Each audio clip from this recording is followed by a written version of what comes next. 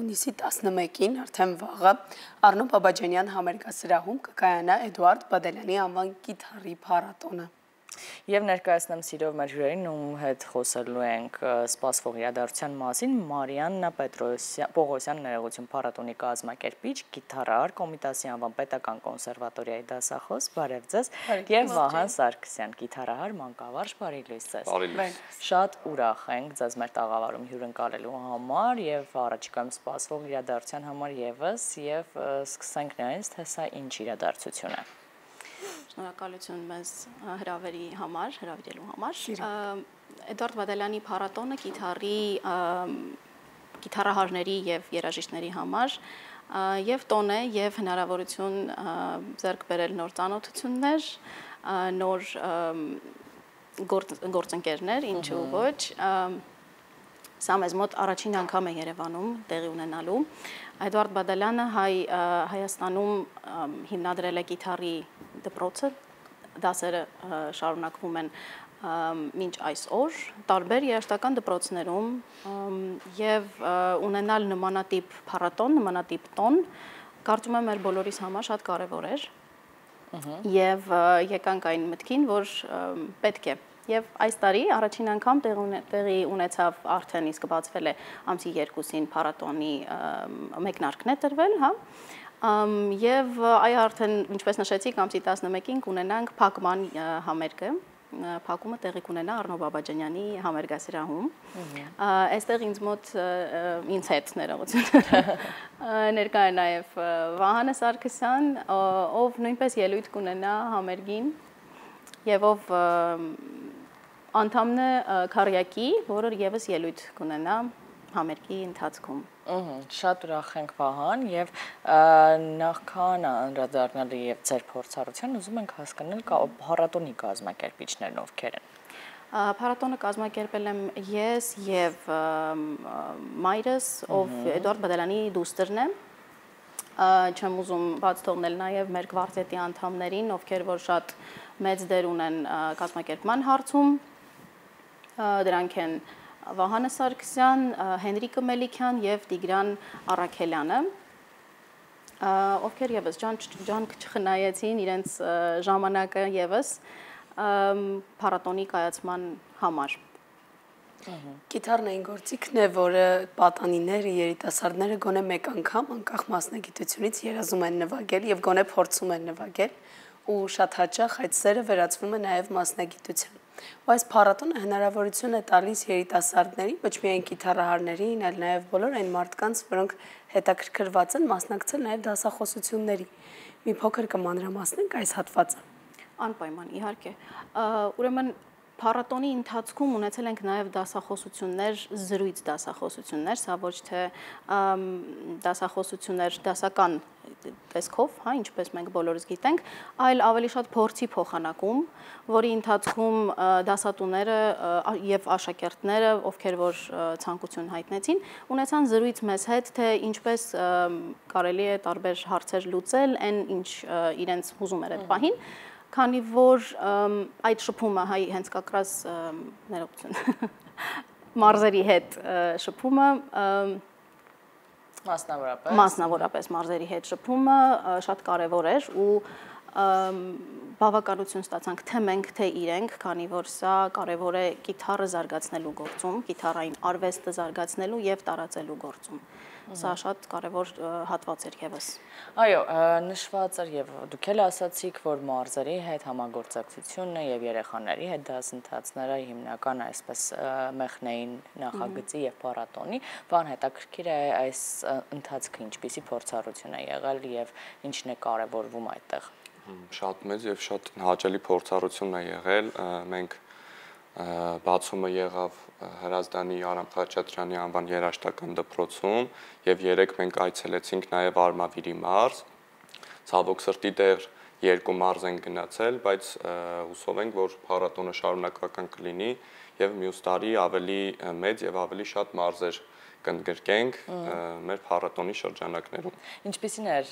տեղացիների արձագանքը, կային արդյոք այդպիսի հատուկ օժտված տաղանդով երեխաներ, արդեն կարողացաք նրանց ներառել փառատոնի շրջանակներում։ Իհարկե շատ հրաշալի էր եւ Նաև նվագելուց զգացվում էր, երբ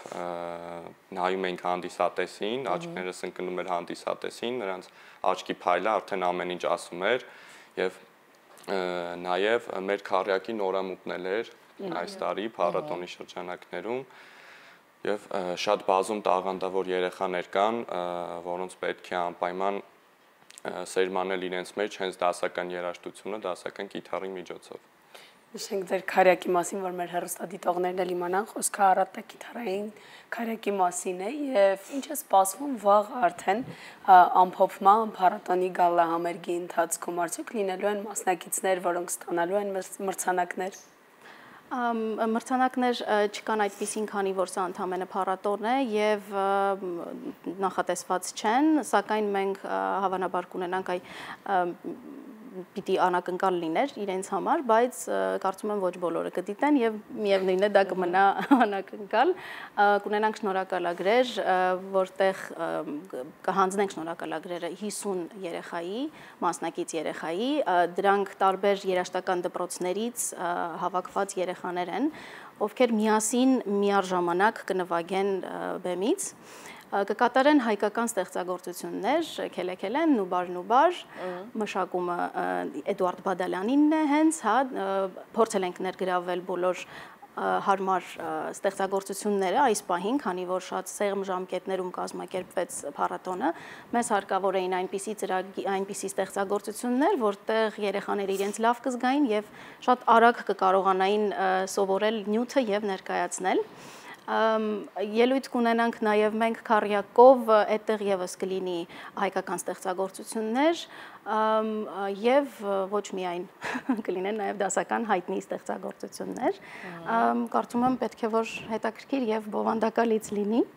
Հետաքրքիր ովքեր կարող են մասնակցել բացի մասնակիցներից, նրանց հարազատներից եւ ինչպես։ Մասնակցել այս տարի արդեն իսկ քանի որ վաղը փակումն է, հնարավոր կլինի միայն ունկնդրելու տեսքով, հա, կարող են Այո, մասնակցել նկատի ունեի համերգը որպես հանդիսատես, հա, խնդիր չկա։ Գնում են տոմս եւ գալիս են Առնո Բաբաջանյանի համերգը։ Այո, դեռ հասանելի է, կարծում եմ մինչեւ վերջ դեռ հասանելի կլինեն, քանի որ ինչպես այսօր նկատեցի, դեռ կեսը դահլիճի հասանելի է վաճառքի։ Մենք իհարկե հորդորում ենք մեր հեռուստատողներին եւս ուշադիր լինել եւ փորձել այս ամենից բաց չթողնել, այս ամենը բաց չթողնել։ Ծրարից եւ նշեցիք, որ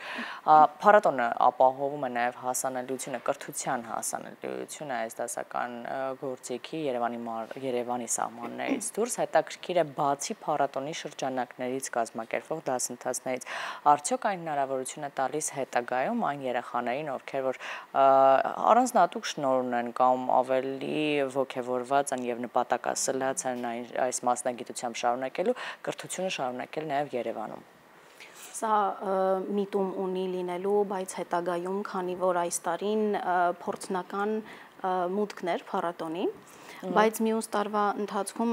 այս տարի մենք փորձեցինք անել միայն վարպետաց դասեր փոքր քանակի ուսանողների եւ աշակերտների համար, ովքեր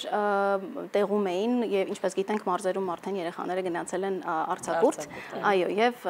վարպետաց դասերին մասնակցեցին սակավ քանակի աշակերտներ, իսկ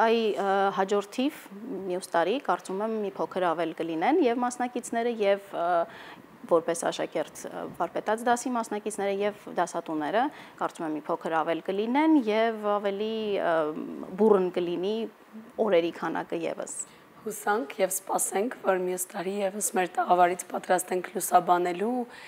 նաեւ հայտեր ընդունելու ընթացքում եւ իհարկե սա հիանալի հնարավորություն է բոլոր այն պատանիներին, որոնք ուզում են նվագել կիթառ, մեծ փորձառություն ձեռք բերելու եւ իհարկե իրենց ուժերը փորձելու, գուցե դուք եք այն տաղանդավոր մասնակիցը, որ պետք է մասնակցի այս փառատոնին ու շատ նոր գիտելիքներ ձեռք բերի։ Իսկ մենք շտապում ենք եզրափակել մեր զրույցը, բայց նախքան մեր հյուրերին հրաժեշտալ, ինչպես նկատեցիք, Վահանը եկել է իր կիթառով, մենք չենք կարող պահը բաց թողնել եւ չլսել նախքան մեր գործընկերներին լրատվականի միանալը, այնպես որ արդեն ձայնը ձերն է եւ ձեր կիթառինը։ Մեծ սիրով կկատարեմ Էդուարդ Բադալյանի Էքսպրոմտ ստեղծագործությունից մի փոքրիկ հատված։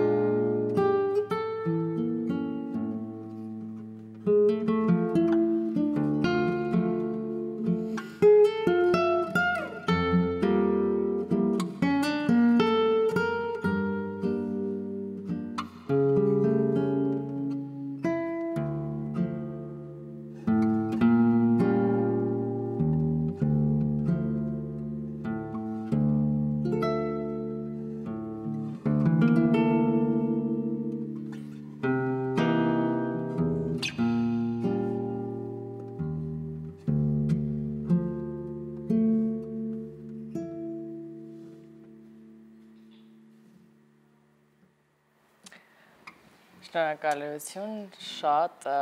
մեր առավոտը այսքան հետաքրքիր մեղեդներով լցնելու համար։ Շնորհակալ ենք անչափ սիրով կսպասենք ձեզ կրկին մեր տաղավարում, իսկ մեր հեռուստադիտողներին հիշեցնենք, որ վաղ Առնո Բաբաջանյան համերգասրահում տեղի է ունենալու Էդուարդ Բադալյանի անվան կիթառի փառատոնի փակման գալահամերգը։ Շնորհակալ ենք։ Շնորհակալ ենք։ Հաջողություն ենք մաղթում եւ մենք խոսքը փոխանցում ենք լրատվականի մեր գործընկերներին, որից հետո